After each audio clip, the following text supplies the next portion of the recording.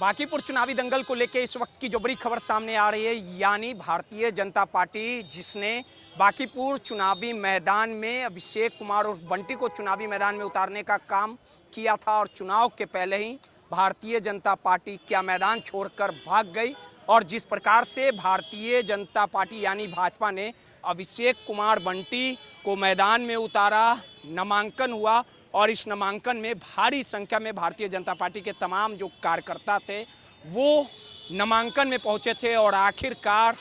कल नामांकन के बाद आज देर शाम जो खबर सामने आई, यानी अभिषेक कुमार बंटी जो निजी कारणों की वजह से, पारिवारिक कारणों की वजह से बीजेपी के प्रदेश अध्यक्ष संजय सरावगी को अपना पत्र सौंपते हैं और चुनाव ना लड़ने की बातें कहते हैं। आपको बता दें कि इस चुनावी दंगल में जिस प्रकार से प्रशांत किशोर लगातार चुनावी मैदान में कूदे, उसके बाद रणनीतिकार के तौर पे राजनीति सफर तय करने वाले प्रशांत किशोर बेबाक बोल के लिए जाने जाते। और वहीं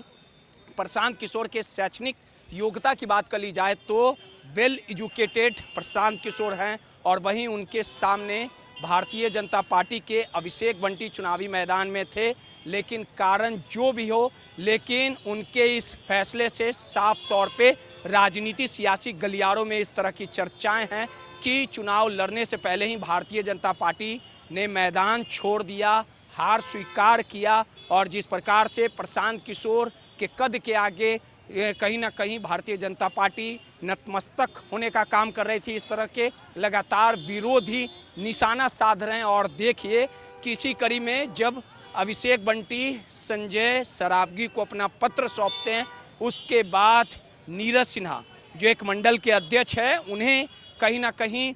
सीधे तौर पे उम्मीदवार बनाया गया है। कैमरे के फ्रेम में देखें कि नीरज सिन्हा जो कायस्थ जाति से आते हैं और ये सीट कहीं ना कहीं भारतीय जनता पार्टी के लिए प्रतिष्ठा की सीट रही है, नितिन नवीन की साख बचाने की सीट रही है, क्योंकि यहाँ से लगातार नितिन नवीन विधायक थे, उनके पिता विधायक थे और लगातार राज्यसभा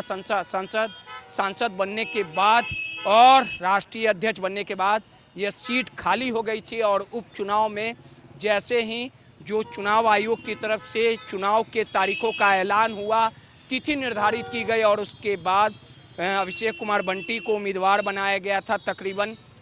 26 सालों से भारतीय जनता पार्टी के कार्यकर्ता के तौर पे अभिषेक बंटी कार्यरत थे। नामांकन करने के बाद आखिर क्या अंदर की वजह रही, क्या अंदर खेमे की जो खबर रही, भले ही ये सार्वजनिक तौर से सामने नहीं आई हो, लेकिन साफ तौर पे कहा जा सकता है कि मैदान से पहले ही भारतीय जनता पार्टी भागते नजर आई, मैदान छोड़ते नजर आई। भले ही नीरज सिन्हा को उम्मीदवार बनाया गया हो, लेकिन विरोधी कहीं ना कहीं भारतीय जनता पार्टी को घेरते नजर आ रहे हैं। सहयोगी मुन्ना के साथ रोहित, माई पीडीए समाचार, पटना।